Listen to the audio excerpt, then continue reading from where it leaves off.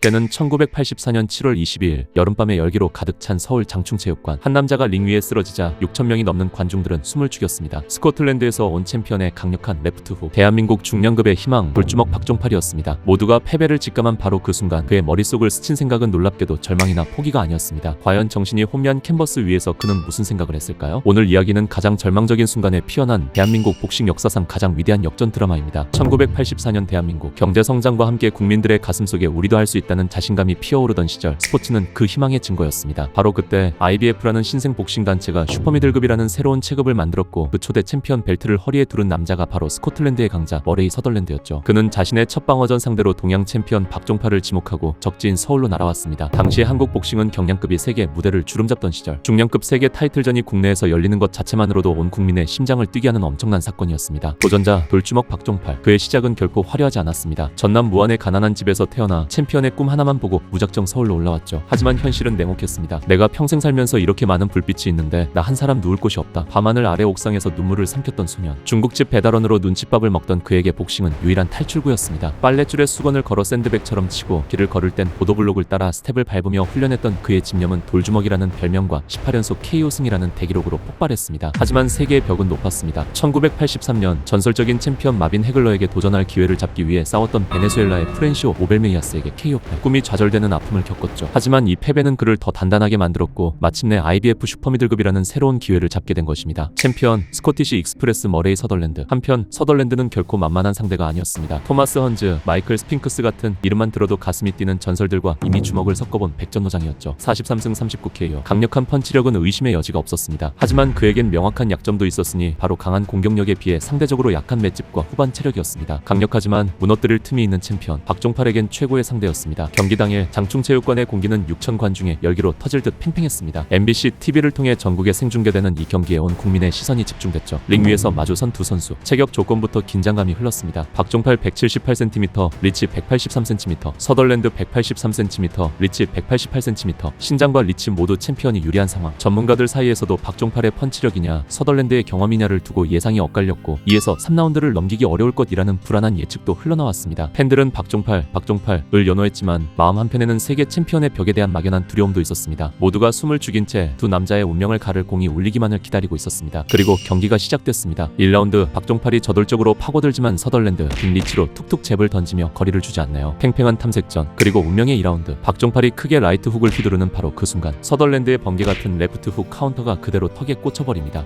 박종팔이 그대로 링 위에 쓰러집니다. 장충체육관이 그야말로 얼음처럼 차갑게 식어버렸어요. 이거 경기 초반에 너무 큰 걸 맞았는데요. 모두가 끝났다고 생각하던 바로 그 순간, 박종팔이 오뚜기처럼 벌떡 일어납니다. 그런데 눈빛이 완전히 달라졌어요. 3라운드부터 전략을 바꿉니다. 머리를 숙이고 파고들면서 서덜랜드의 복부를 노리기 시작하는데요. 바로 이겁니다. 키가 큰 선수의 약점은 바로 복부거든요. 퍽퍽 묵직한 보디샷이 계속해서 꽂히자 챔피언의 표정이 일그러지기 시작합니다. 그리고 4라운드 박종팔의 소나기 같은 보디블로 연타 제대로 맞았습니다. 이번엔 서덜랜드가 고통을 참지 못하고 무릎을 꿇어버리는데요. 다운. 관중들이 전부 일어나서 박종팔을 외칩니다. 분위기가 완전히 넘어왔어요. 8라운드에도 박종팔이 다운을 또 뺏어냅니다. 챔피언이 맷집으로 버티고는 있지만 복부에 쌓인 데미지가 엄청나 보입니다. 그리고 마침내 운명의 11라운드 박종팔이 마지막 힘을 쥐어짜 서덜랜드를 코너에 몰아넣고 폭풍 같은 연타를 퍼붓습니다. 라이트 레프트. 챔피언이 정신을 못 차리는데요. 결정타. 박종팔의 레프트 훅이 다시 한번 터지면서 서덜랜드가 그대로 링 위로 쓰러져 버립니다. 심판이 카운트를 세지만 서덜랜드는 미동도 없습니다. 결국 심판이 양팔을 크게 저으며 경기를 중단시킵니다. 경기가 끝났습니다. 11라운드 1분 12초 박종팔의 기적같은 역전 KO승. 장충체육관은 그야말로 폭발했습니다. 2라운드에 쓰러졌던 영웅의 귀환의 팬들은 서로를 부둥켜 안고 눈물을 흘렸습니다. 링 위에 주저앉아 감격에 눈물을 흘리는 박종팔. 이 승리는 단순한 1승이 아니었습니다. 한국 복싱의 불모지나 다름없던 중량급에서 세계 챔피언이 탄생한 역사적인 순간이었죠. 경기 후 패자 서덜랜드는 진심 어린 존경을 표했습니다. 박종팔의 보디블로는 내가 링 위에서 맞아본 것 중 가장 강했다. 하지만 박종팔의 마음속엔 작은 아쉬움이 있었습니다. 당시 IBF는 신생단체라 권위가 조금 부족했기 때문이죠. 그는 진정한 챔피언으로 인정받고 싶다는 새로운 야망을 가슴에 품게 됩니다. 이 경기는 박종팔이라는 위대한 전설의 시작이었습니다. 그는 이후 8차례나 타이틀 방어에 성공하며 IBF 슈퍼미들급을 완벽하게 지배했고, 1987년 모두를 놀라게 합니다. 안정적인 IBF 챔피언 벨트를 미련 없이 반납하고 더 높은 권위의 WBA 타이틀에 도전한 것이죠. 그리고 마침내 헤수스 가야르도를 꺾고 WBA 챔피언에 오르며 대한민국 최초로 두 메이저 단체 타이틀을 석권한 중량급 복서라는 위대한 업적을 달성합니다. 링을 떠난 그의 인생에도 시련은 있었습니다. 큰 사기를 당해 모든 것을 잃고 절망에 빠지기도 했죠. 하지만 그는 링 위에서 그랬던 것처럼 쓰러진 자리에서 다시 일어섰습니다. 그리고 지금은 우리에게 이렇게 말합니다. 사각의 사람에게 링에는 한 방이 있지만 인생에는 한 방이 없습니다. 1984년 장충의 그 밤 2라운드에 쓰러졌던 한 남자는 우리에게 보여주었습니다. 가장 절망적인 순간이야말로 가장 위대한 역전의 시작이 될 수 있다는 것을. 박종팔, 그의 주먹은 시대를 위로했고 그의 인생은 우리에게 여전히 깊은 울림을 주고 있습니다.